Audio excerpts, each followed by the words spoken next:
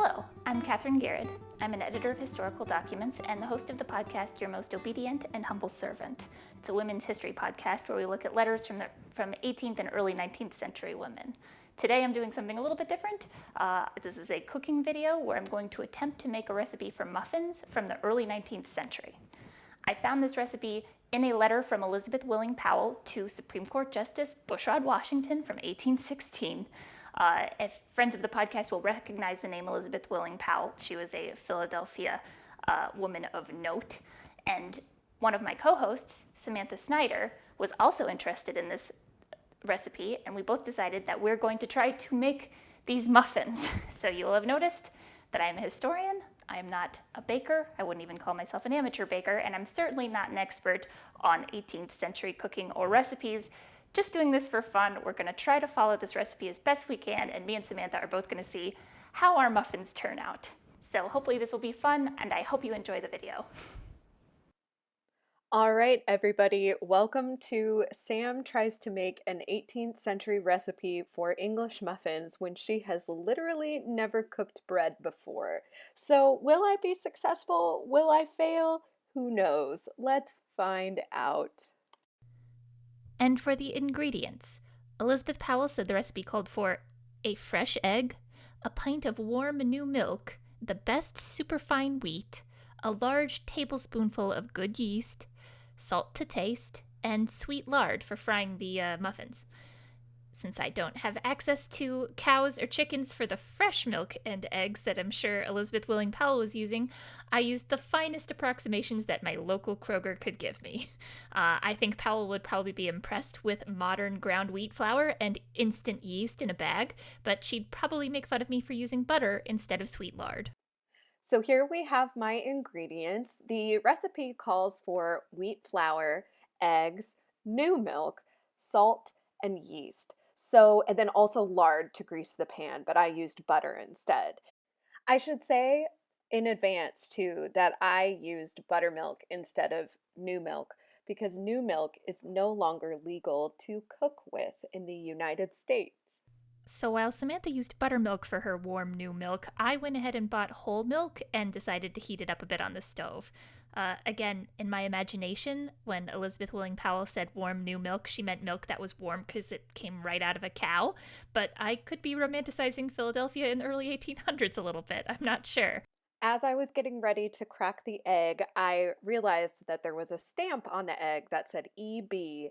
And then I realized it could stand for Elizabeth and Bushrod, and I just love that so much.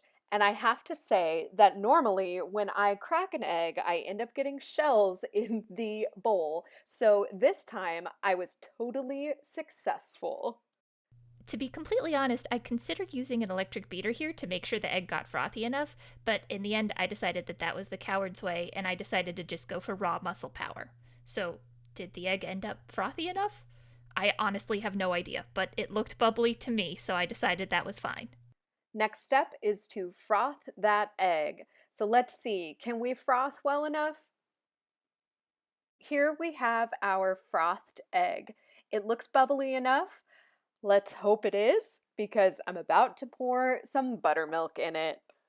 I wanted to make sure the milk was warm enough to activate the yeast, but not so hot that it would cook the egg. So in the end, the good old just sticking your finger in the milk method worked out pretty well for getting the right temperature, and I was able to add it to the egg without any mishaps. Please don't judge me.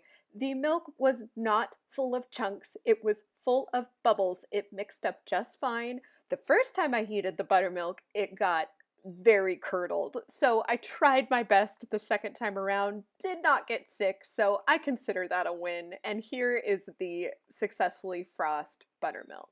Now, the next section of Elizabeth Powell's instructions were pretty vague and also transcription-wise a little bit tough to read. So she says to thicken the batter with flour until it is either so stiff a batter as can well be beat or as stiff a batter as can well be beat.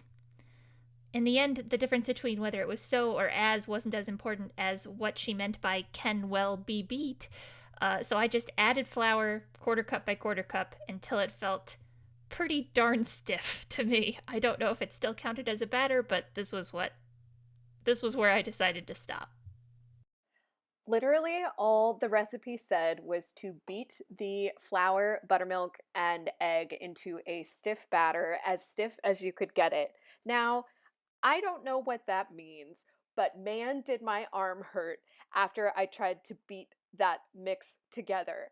It does not look as stiff as it really was, but I tried my best. So, my best better have been enough. Now comes time to add this very silky smooth yeast to the hopefully stiff enough flour mixture. If I've done this all wrong, again, I've never made bread before, so please don't judge too hard. Yeast has been added, dough has been rebeaten.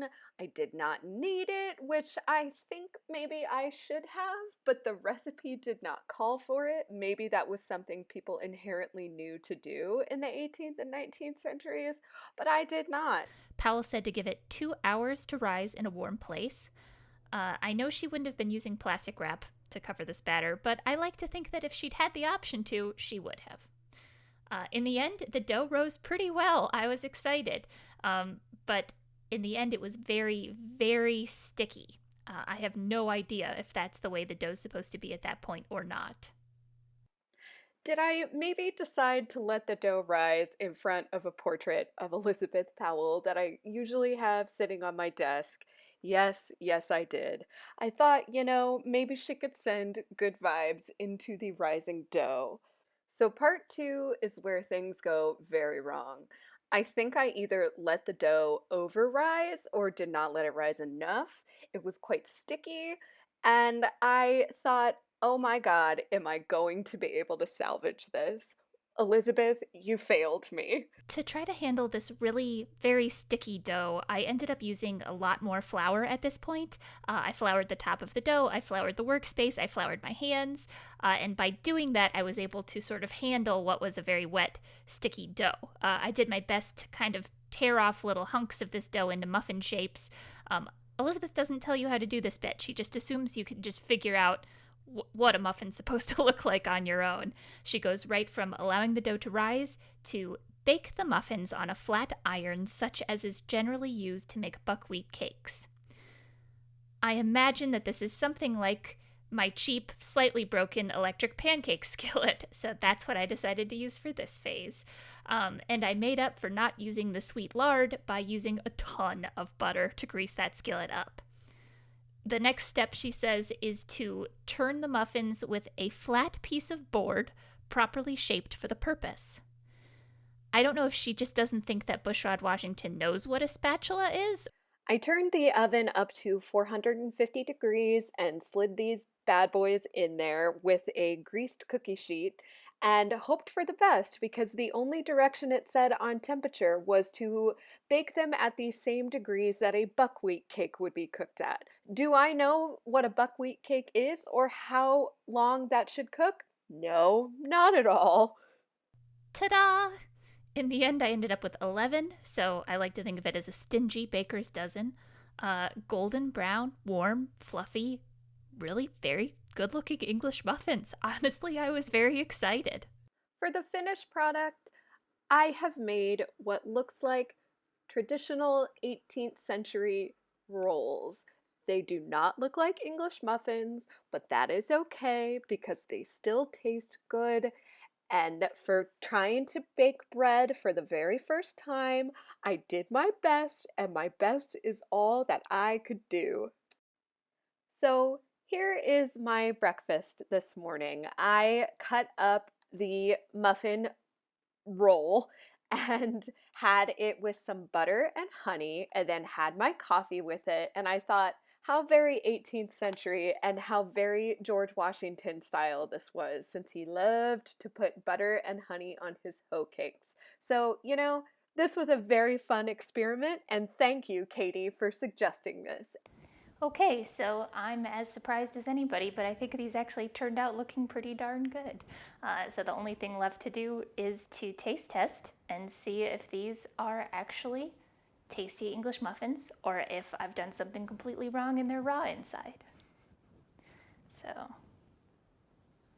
there's supposed to be little bubbles on the inside. There you go. That's not too bad.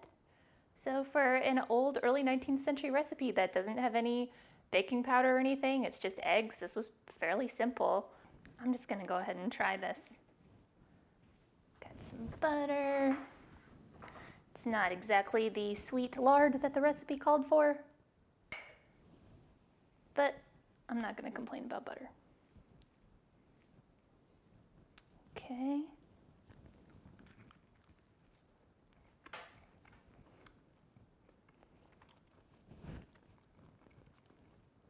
That's an English muffin. It turned out pretty good, so thank you. Elizabeth Willing Powell. I can't wait to see how Samantha's turned out. Thank you so much for watching. You feel free to subscribe to the podcast, listen to the podcast if you're interested. It's called Your Most Obedient and Humble Servant. Or you could subscribe to this YouTube channel, which is mostly just going to be podcast audio. Thank you very much for watching. I am, as ever, your most obedient and humble servant. Thank you very much.